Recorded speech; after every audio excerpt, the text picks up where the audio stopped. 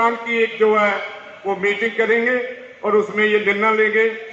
बहुत बहुत धन्यवाद प्रधान जी का भी, सभी लीडर साहबान का भी, मेरे सभी मित्रों का, मजदूर भाइयों का और मुनीम भाइयों का जो हमारा सहयोग दे रहे हैं। और मैं एक ही आपको विनती करके जाऊं, कल मैं नहीं आ सकता था क्योंकि संडे में थोड़ा यहाँ भी आपके धरने में भी लोग कम होते हैं और परसों मुझे खबर ही मिली थी, तो आज का मेरा जो मीटिंग लुधियाना में था वो तय था, इसलिए मुझे निमंत्रण खाने का भी अध्यक्ष जी ने दिया, चाय का भी दिया, मेरे साथियों को भी।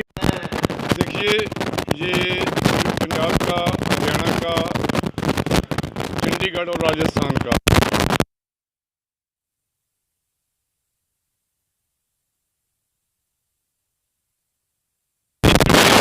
कहीं पे भी पूरे किसानों को एमएसपी नहीं मिलती है। ये मात्र ये 2-3 सूबे हैं जहाँ पे किसान को पूरी एमएसपी जो है वो मिलती है। और उसका एकमात्र कारण ये है कि आड़ती अपने साथ, अपने परिवार को लगाकर, अपने साथियों को लगाकर, अपने एम्प्लॉइज़ को लगाकर, अपने मज़दूरों को लगाकर सीज़न में 24 घंटे ड्यूटी देता है। बरसात आती है तब भी व्यापारी जो अपने ढेरियों के पास खड़ा होता है, तूफ़ान आता है तब भी खड़ा होता है। और किसी भी हालत में सरकार अगर एक महीना माल नहीं उठा पाती तो उसी रखवाली जो है हम करते हैं। यही कारण है कि हमारे किसान पंजाब हरियाणा के जो हैं उनको पूरी एमएसपी गेहूं दान पे मिल रही है। यही सरकारें यूपी में हैं, बिहार में हैं, 200 300 रुपये पे लूटते हैं। तो मैं तो पीयूष गोयल जी को ये एक विनती करना चाहूँगा कि आप पंजाब का मॉडल बाकी स्टेटों में लागू कीजिए। आप पंजाब के, हरियाणा के आड़तियों को ख़त्म करने की योजनाएं मत बनाओ। आप पंजाब हरियाणा के जो एग्रीकल्चर मार्केटिंग सिस्टम है इसको यूपी में लागू करो, वहाँ के किसानों को फ़ायदा मिले। इसको एमपी में लागू करो, वहाँ फ़ायदा मिले। और ये जो नए नए कानून बनाए जा रहे हैं, अब किसान और आड़ती का बरसों से एक रिश्ता 9 मास का बन गया है। इसमें कोई भी किसान आड़ती को छोड़ना नहीं चाहता। जब एटीएम भी ख़राब हो जाते हैं तो आड़ती का रात को उसका दरवाज़ा कभी बंद नहीं होता, उसकी घंटी जब मारेगी आड़ती आएगा, उसके घर में जितने भी हैं वो देगा। उसके कोई घर में किसी किसान को बीमारी आ गई, इमरजेंसी आ गई। प्रधान जी हरियाणा के कृषि मंत्री हैं जेपी दलाल, उन्होंने कहा है कि आड़ती किसानों को परेशान ना करे, उनका जो फसल है वो खरीदे और ये जो ई-नेम प्रणाली जो सरकार ने लागू की है वो वापस नहीं होने वाली है। क्या कहें? देखो, ऐसा है, मैं दलाल साहब को भी विनती करता हूँ कि आप कोई भी निर्णय लेने से पहले कम से कम, मैं आपको एक अपनी तरफ से आग्रह करता हूँ कि आप एक कमेटी बनाओ जिसमें परमानेंट तौर पे आप आड़तियों का एक नुमाइंदा वहाँ अपनी सरकार में रखो।